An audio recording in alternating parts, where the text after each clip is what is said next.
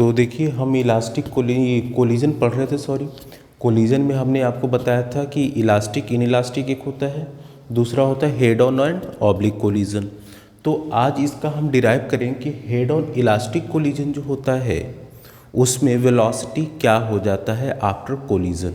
ठीक है, तो जैसे कि हमने माना यहाँ पे कि दो ऑब्जेक्ट हैं, चूँकि हेड ऑन है that means line of action same है, इलास्टिक है, इलास्टिक होने का मतलब है कि इसमें ना ही कोई एक्सटर्नल फोर्स है और ये अपने रीशेप को गेन कर रहा है, दैट मीन्स कोई डिसिपेटिव फोर्स भी नहीं है, कोई डिस्ट्रैक्शन कोई डिसिपेटिव फोर्स नहीं है, तो इसलिए अपने शेप को रीगेन कर ले रहा है। दैट मीन्स कि डिसिपेटिव फोर्स नहीं होने के कारण काइनेटिक एनर्जी भी कंजर्व रहेगा। तो यहाँ पे हेड ऑन इलास्टिक कोलिजन की बात हो रही है, तो यहाँ पे जस्ट मिनट, तो यहाँ पे आपका दो ऑब्जेक्ट है m1 m2, ठीक है, ये सेम लाइन पे है, इसकी वेलोसिटी v2 है, v1 है, v2 है। आफ्टर कोलिजन इसकी जो है, ये रफली मैं लिख दे रहा हूँ, ये m1 है, ये m2 है, v1 डैश हो जाता है, v2 डैश है after collision, this is before collision. ठीक है, इतना दिख रहा है वीडियो में? ठीक है, तो अब यहाँ पे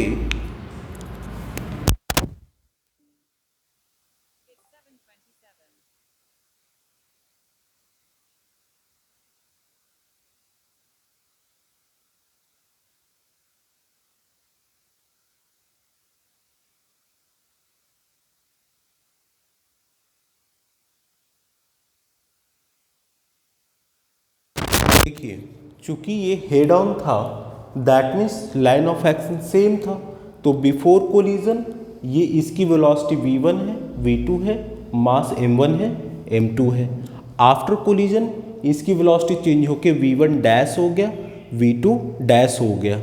और हमें पता है ये हेड ऑन के बाद क्या लिखा है, elastic, elastic collision that means after collision ये अपने शेप को क्या करेगा, रीगेन करेगा, रीगेन कर लेगा, दैट मीन्स कोई डिफॉर्मेशन फोर्स नहीं है, तो डिफॉर्मेशन फोर्स नहीं, that means kinetic energy conserve रहेगा।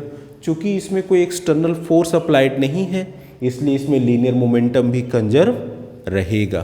तो चलिए इक्वेशन, हम काइनेटिक इक्वेशन इसके जितने भी मैथमेटिकल इक्वेशन से बनाते हैं और वेलोसिटी निकालते हैं बिफोर एंड आफ्टर कोलिजन। तो यहाँ पे पहला जो होगा हमारा क्या होगा, लीनियर मोमेंटम कंजर्व रहेगा, चूँकि कोई एक्सटर्नल फोर्स अप्लाई नहीं कर रहे हैं दैट मीन्स इसमें लीनियर मोमेंटम कंजर्व रहेगा। तो before collision equals to after collision, before collision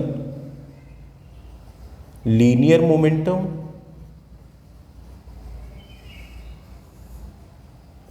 equals to after collision linear momentum. तो बिफोर कोलिजन इसका m1 मास का लीनियर मोमेंटम क्या होगा, m1 v1, और उसका होगा m2 v2, तो that means m1 v1 plus m2 v2 after collision क्या हो जाएगा, m1 v1 dash plus m2 v2 dash. और हमने कहा था ये कैसा है, इलास्टिक है, तो इलास्टिक का मतलब कोई डिफॉर्मेशन कोई डिसिपेटिव फोर्स वर्क नहीं कर रहा, तो जब डिफॉर्मेशन या डिसिपेटिव फोर्स वर्क नहीं कर रहा है इसका मतलब काइनेटिक एनर्जी भी कंजर्व रहेगा। तो यहाँ पे काइनेटिक एनर्जी कंजर्वेशन लगाएंगे। काइनेटिक एनर्जी कंजर्वेशन का मतलब क्या, कि before collision and after collision kinetic energy will remain same. तो बिफोर कोलिजन आपका काइनेटिक एनर्जी क्या होगा, हाफ m1 v1 का स्क्वायर और m2 ऑब्जेक्ट का हाफ m2 v2 का स्क्वायर। आफ्टर कोलिजन इसकी वेलोसिटी v1 डैश हो गई है, याद रखिएगा v1 डैश है और v2 डैश है आफ्टर कोलिजन। तो आफ्टर कोलिजन काइनेटिक एनर्जी क्या होगा, हाफ m1 v1 डैश का square plus half m2 v2 dash का स्क्वायर। अब यहाँ पे आपको जो वेलोसिटी निकालनी है वो वेलोसिटी है v1 dash and v2 dash. देखिए दो अननोन है v1 डैश v2 डैश, दो इक्वेशन है, एक this is equation 1 and this is equation 2। ठीक है, जब हम इन दोनों को सॉल्व करेंगे तो आपका v1 डैश v2 डैश आ जाएगा। तो मैं डायरेक्टली लिख दे रहा हूँ, आप सॉल्व कर लेंगे। तो v1 डैश यहाँ से जो आएगा that will be m1 minus m2 upon m1 plus m2 into v1 plus 2 m2 upon m1 plus m2 into v2। ये हो जाएगा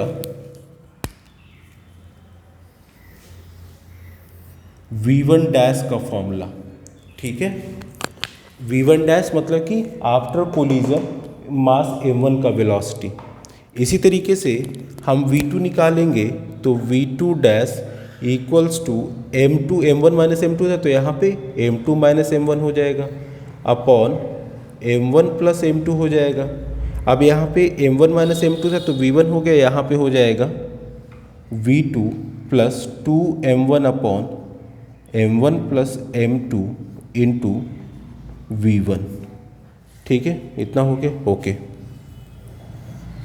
दिस इज v2 डैश। तो ये फॉर्मूला होता है, इसको आप देख लीजिएगा। ये v1 डैश और v2 डैश जो है आपका वेलोसिटी है आफ्टर कोलिजन, कोलिजन के बाद इसकी velocity v1 dash and v2 dash है। और यहाँ पे कुछ इसके कंक्लूजन निकलते हैं वो देखेंगे। पहले आप ये देख लीजिए कि चूंकि ये इलास्टिक है, हेड ऑन है, तो यहाँ पे लीनियर मोमेंटम का कंजर्वेशन रहेगा, साथ में काइनेटिक एनर्जी कंजर्व रहेगी। चूंकि ये इलास्टिक है तो कोई डिसिपेटिव फोर्स नहीं है, तो in the absence of dissipative force kinetic energy भी कंजर्व रहता है। तो इन दोनों को सॉल्व करके हमने v1 डैश और v2 डैश की वैल्यू यहाँ से निकाल लिया। अब इसमें कुछ केसेस हैं। पहला केस ये है कि मान लीजिए m1 जो है वो मच ग्रेटर देन m2 है एंड v1 इक्वल्स टू 0 है। तो ज़रा इस इक्वेशन में रख के देखिए, आपका m1 जो है मच ग्रेटर देन m2 है और v1 की वेलोसिटी 0 है। तो उस केस में देखिए यहाँ पे ये तो पूरा 0 हो जाएगा, क्योंकि हमने माना कि फर्स्ट ऑब्जेक्ट जो है इज इन स्टेडी स्टेट, वो रेस्ट में है, तभी तो v1 इक्वल्स टू 0 है। और दूसरा m1 जो है बहुत ज़्यादा है, तो v1 इक्वल्स 0 पुट करने पे पूरा चला जाएगा, बचा ये। अब यहाँ से जब देखेंगे तो यहाँ पे m1 is much greater than m2, तो और ये क्या आ जाएगा m2 अपॉन m1 आ जाएगा, क्योंकि m1 जो है बहुत कम है, m2 बहुत कम है। तो जब m2 बहुत कम है तो m2 अपॉन m1 जो होगा, ये चूंकि इन दोनों का ऐड करें तो m1 बहुत ज़्यादा, तो m2 की वैल्यू तो लेंगे नहीं यहाँ पे, तो यहाँ पे क्या होगा m2 अपॉन m1। तो फर्स्ट केस में m2 अपॉन m1 जो हो जाएगा ये भी अप्रॉक्स 0 के इक्वल हो, क्योंकि m1 बहुत ज़्यादा है तो ये लगभग 0 के बराबर हो जाएगी ये। तो उस केस में जो आपका कंडीशन होता है तो v1 डैश क्या हो जाएगा, यहाँ पे v1 डैश जो हो जाएगा दैट इज अप्रॉक्सीमेटली, क्योंकि ये 0 के लगभग हो जाएगा तो ये भी आपका क्या हो जाएगा 0 हो जाएगा। और यहाँ पे जब इसमें रखेंगे तो ये देखिए हमने v1 इक्वल्स टू 0 रखा तो ये पूरा 0 हो गया, तो यहाँ पे आपका v1 इक्वल्स टू 0, ठीक है। तो जब यहाँ पे रखेंगे तो इस केस में v2 डैश जो है वो हो जाएगा आपका माइनस v2। यहाँ से क्या निकल के आया, देखिए ये v2 डैश है, यहाँ से हमारा ये निकल के आया कि अगर पहला ऑब्जेक्ट जो कि रेस्ट में है v1 इक्वल्स टू 0 हमने रखा, इसका मतलब कि first object is in rest condition, और यहाँ पे m2 अपॉन m1 जो है वो अप्रॉक्सीमेटली इक्वल्स टू 0 है, ठीक है। ये कैसे, यहाँ पे देखिए अगर इस कंडीशन में रखेंगे तो v1 0 रखेंगे, ये पूरा 0 हो जाएगा, ठीक है। Just a minute, v2 v1, ठीक है, ओके जस्ट मिनट चेक करने, एक minute question. This is V2 and this is 2m1 upon, ठीक है। तो यहाँ से देखिए, यहाँ पे V1 जीरो रखने पे ये पूरा जीरो हो जाएगा, बचा ये, यही तो बचा। अब यहाँ पे जब हम इसको करेंगे तो एक मिनट चेक कर दीजिए, यस दिस इज करेक्ट, हाँ ठीक है।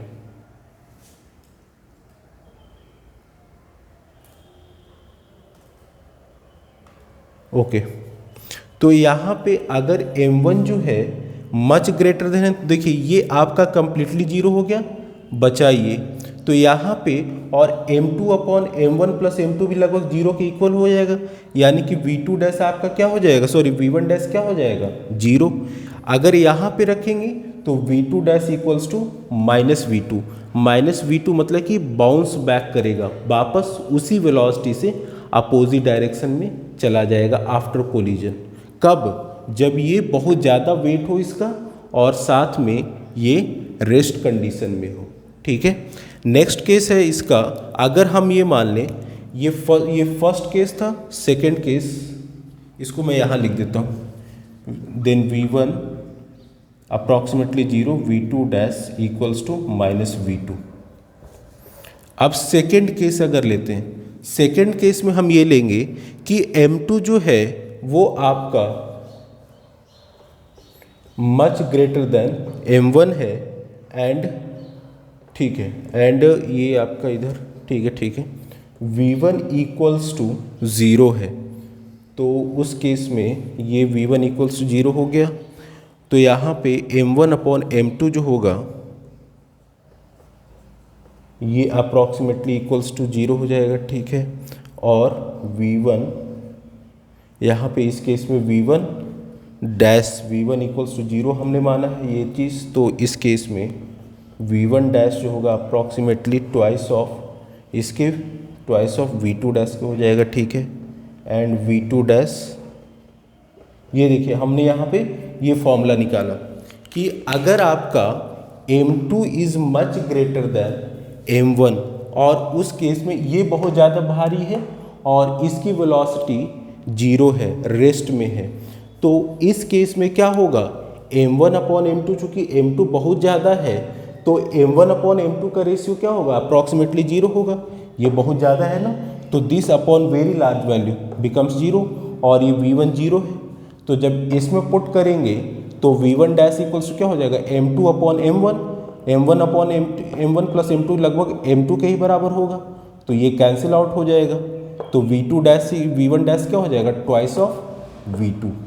इसी तरीके से V2 डैश की बात करेंगे तो m2 बहुत ज़्यादा है, V1 ही कम्प्लीटली जीरो हो गया, तो m2 बहुत ज़्यादा है, m1 बहुत कम है, दैट मीन्स कि m1 को नेग्लेक्ट करेंगे तो m2 अपॉन m2 इसको भी नेग्लेक्ट करेंगे, तो ये हो जाएगा V2 dash equals to V2। क्यों, m1 बहुत कम वैल्यू है तो इसे ऐड करें, सब्ट्रैक्ट करें m2 में m1 को तो कोई फर्क पड़ेगा नहीं पड़ेगा, तो ये पूरा as it is cancel out हो जाएगा, तो V2 dash equals to V2, ठीक है। तो ये केसेस होते हैं। अगर इसके बाद हम ये माने कि अगर दोनों जो है मास इसका इक्वल है, m1 equals to, third case हमारा ये है कि m1 जो है, इतना वीडियो में आ रहा है, ठीक है, अगर m1 इक्वल्स टू m2 है, ये इसके इक्वल है, तो ये पूरा जीरो हो जाएगा और ये क्या हो जाएगा, m1 प्लस m2 2m2, तो 2 से 2 कैंसिल, m2 से m2 कैंसिल, तो V1 dash equals to V2, और यहाँ से ये कैंसिल आउट हो जाएगा तो बचेगा ये, तो ये 2m1 upon m2 plus m1 को हम m1 प्लस m1 लिख सकते हैं, दैट इज 2m1, इससे कैंसिल आउट हो जाएगा V2 dash equals to V1। तो अगर दोनों ऑब्जेक्ट का मास सेम है तो वेलोसिटी एक्सचेंज हो जाता है आफ्टर कोलिजन, ठीक है। तो ये सारे केसेस थे आपके किसके, हेड ऑन इलास्टिक कोलिजन के। नेक्स्ट लेक्चर में हम head on in elastic collision पढ़ेंगे, तो इसमें देख लीजिए कैसे क्या है, उसके बाद फिर आगे चलते हैं। हमने इसमें क्या किया, हमने इसमें चूंकि इलास्टिक कोलिजन था, हेड ऑन है, तो इलास्टिक है that means linear momentum conserve करवा दिया। इलास्टिक है तो यहाँ पे काइनेटिक एनर्जी कंजर्व हो गई। इन दोनों को सॉल्व करके हमारा ये v1 डैश v2 डैश आया। v1 डैश क्या है? आफ्टर कोलिजन फर्स्ट ऑब्जेक्ट का वेलोसिटी। v2 डैश क्या है? आफ्टर कोलिजन सेकेंड ऑब्जेक्ट का वेलोसिटी। अब यहाँ पे इन दोनों को सॉल्व किया। अब इन दोनों को सॉल्व करने के बाद जब यहाँ पे देखिए फर्स्ट केस लिया कि m1 much greater than m2, तो m1 बहुत ज़्यादा और साथ में हमने लिखा v1 इक्वल्स टू 0, यानी कि फर्स्ट रेस्ट में तो ये पूरा वैल्यू 0 हो गया। यहाँ पे तो ऊपर m2 है नीचे m1 है, m2 बहुत कम है m1 बहुत ज़्यादा है, दैट मीन्स इसकी वैल्यू क्या होगी? लगभग 0 के इक्वल होगा। तो इसीलिए m2 upon m1 approximately equals to 0। तो उस केस में v1 क्या हो जाएगा? 0 हो जाएगा। v1 0 है तो इस केस में v1 डैश क्या हो जाएगा? ट्वाइस ऑफ v2 हो जाएगा। इसी तरीके से सारा केस, थर्ड केस, ये सेकंड केस, थर्ड केस और ये फर्स्ट केस हमने करवा दिया। देख लीजिएगा इसको, ठीक है। चलिए, थैंक यू।